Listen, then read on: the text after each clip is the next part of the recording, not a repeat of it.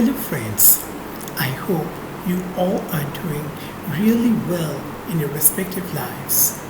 Today, I, Kunal Nagpal, am feeling really delighted to welcome you all to this great enlightening session being held on this online spiritual forum. Let's explore our inner world. My dear friends, when I use the terminology inner world, what does that actually mean?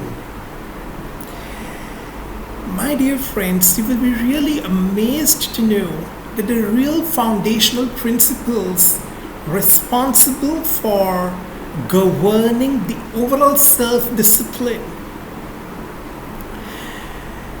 are actually forming the real baseline of our inner world. And then we can automatically restructure, remodify, and re-engineer the overall architecture of this inner world. Now you may ask, why am I using the word re-engineer and why not just engineer? Because what we are doing, what most of us are actually practicing, most of us are actually practicing the outside-in approach. What does that mean? That actually means that all of us, whatever task we are doing or whatever duties we are performing in our respective lives, we are trying to attain the peace of mind after the completion of that particular task for which we are responsible. We are trying to get the happiness after the accomplishment of a certain task. That is the outside-in approach. Correct?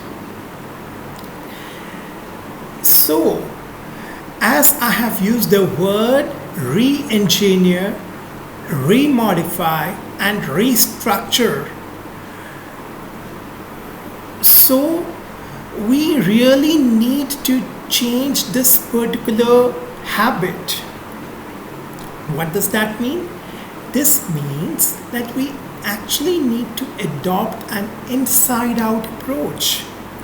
That is, after realizing a very important fact that we are the eternal manufacturers, we are the eternal architects of our inner world. That is, our inner world is actually composed of three main factories. What happens in the factory? In the factory, production takes place and manufacturing takes place. We have three important factories. First is the mind, which is responsible for the manufacture of thoughts. Correct? Now, once I realized that I am the soul, the eternal source of energy, the eternal child of that eternal Supreme Father,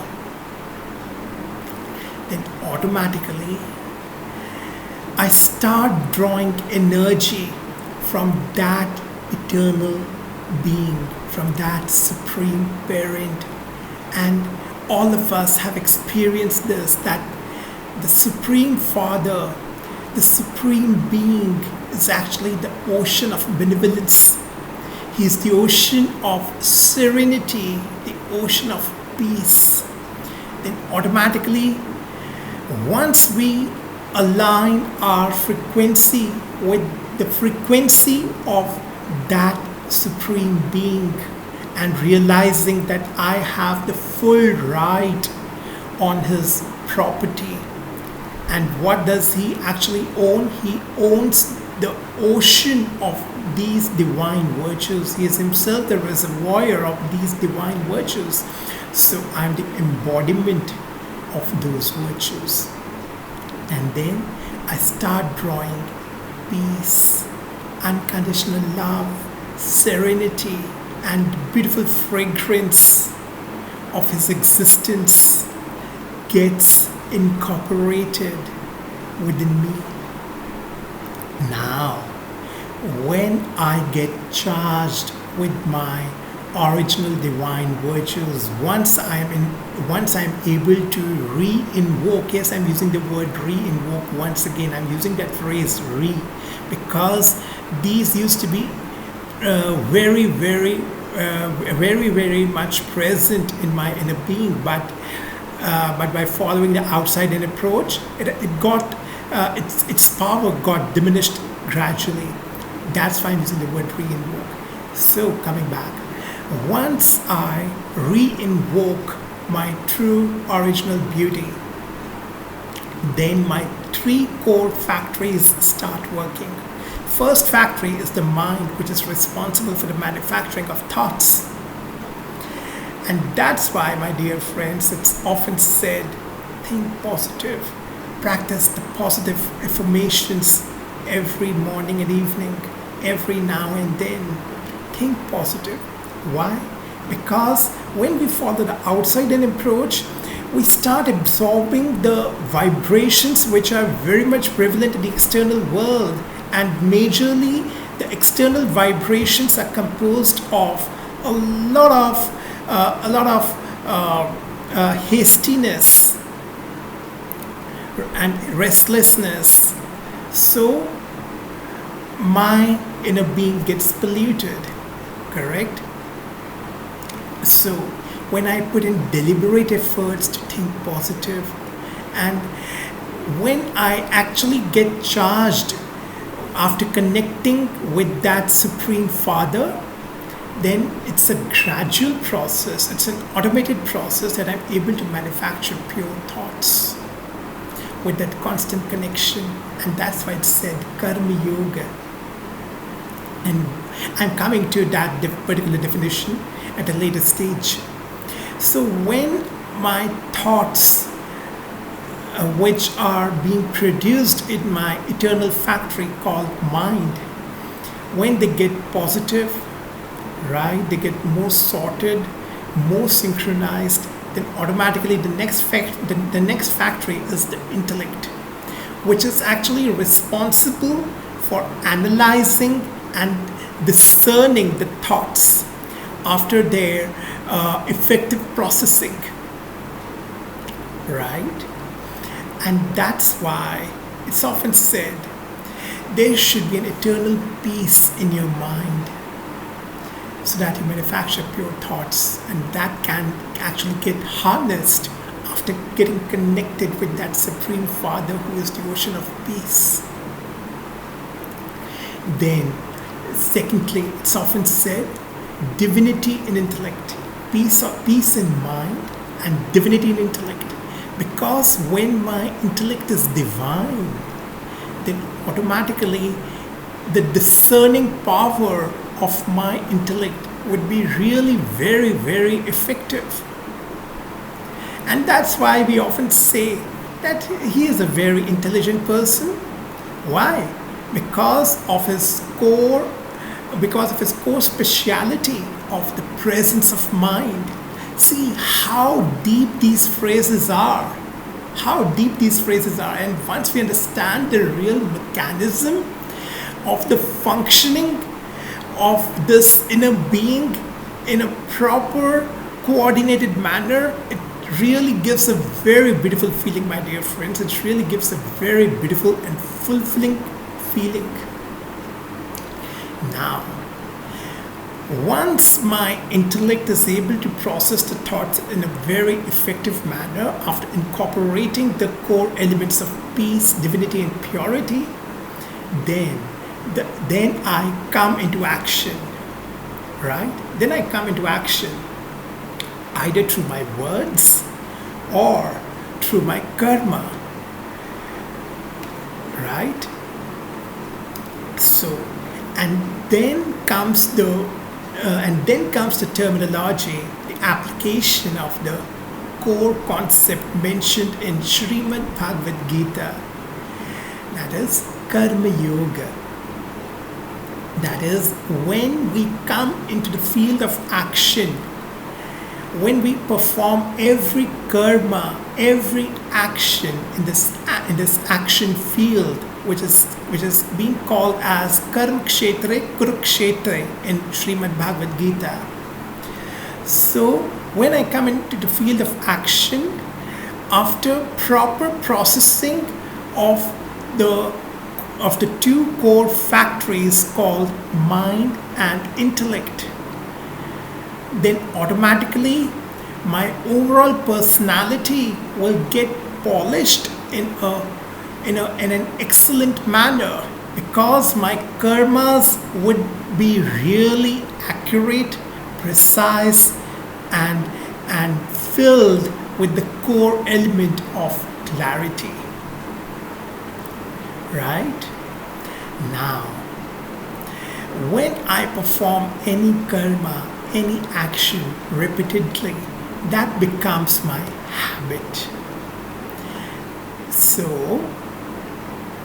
once the habit, also called as impressions, get recorded on the soul means the inner being, that is I, right? Then automatically this particular cycle, that is mind, intellect, and action, they get repeated. So once I actually put in the conscious efforts of bringing my positive thoughts into practice, into action, and when I repeat those actions again and again in this action field, that becomes the habit. And automatically, it's also called sanskar. Sanskar means the impressions being recorded on the soul. So these are the three core factories of the inner world.